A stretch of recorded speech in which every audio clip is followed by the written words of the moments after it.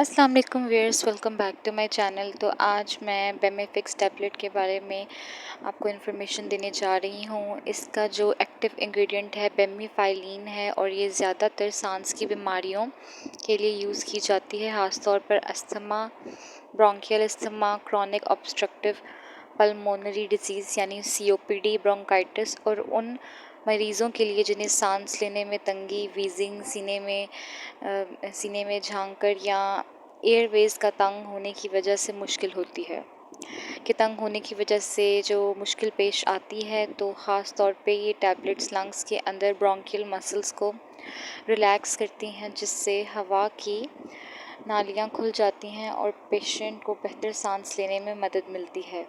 बेमिफिक्स उन लोगों के लिए भी दी जाती है जो पुरानी खांसी, बलगम या एलर्जी की वजह से चेस्ट टाइटनेस फील करते हैं। अस्थमा अटैक के दौरान या अस्थमा के सिम्टम्स को कंट्रोल करने के लिए डॉक्टर इस मेडिसिन को जो है प्रेस्क्राइब कर सकता है, लेकिन ये इमरजेंसी इन्हेलर की जगह नहीं होती।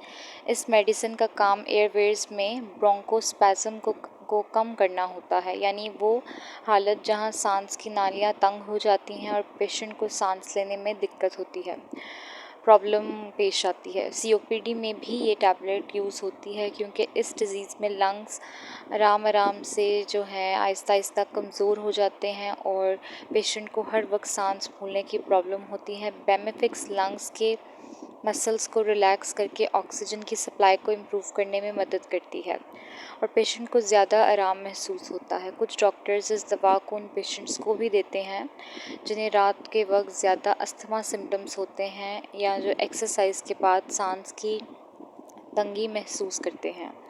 ये मेडिसिन आम तौर पर दिन में 2 मरतबा यूज़ की जाती है, लेकिन एग्जैक्ट डोज पेशेंट की एज, वेट और डिज़ीज़ की सिविरिटी के मुताबिक डॉक्टर डिसाइड करता है।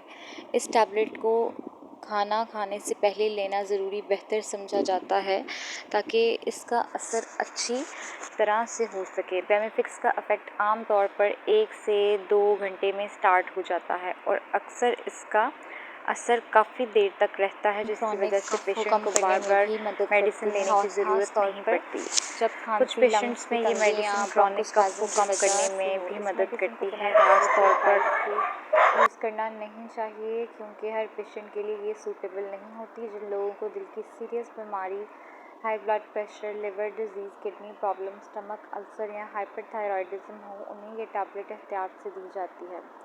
अगर किसी को पहले हार्ट अटैक हो चुका हो तो उससे ये मेडिसिन अवॉइड करनी चाहिए। प्रेगनेंसी और ब्रेस्ट फीडिंग में भी डॉक्टर की एडवाइस ज़रूरी होती है। इस मेडिसिन के कुछ साइड इफ़ेक्ट भी हो सकते हैं, जैसे हेडेक, पेट में दर्द, नौजिया, उल्टी की फीलिंग, हाथों या पैरों में हल्का ट्रेमर, बेचैनी, एलर्जी, इचिंग या स्किन रैश।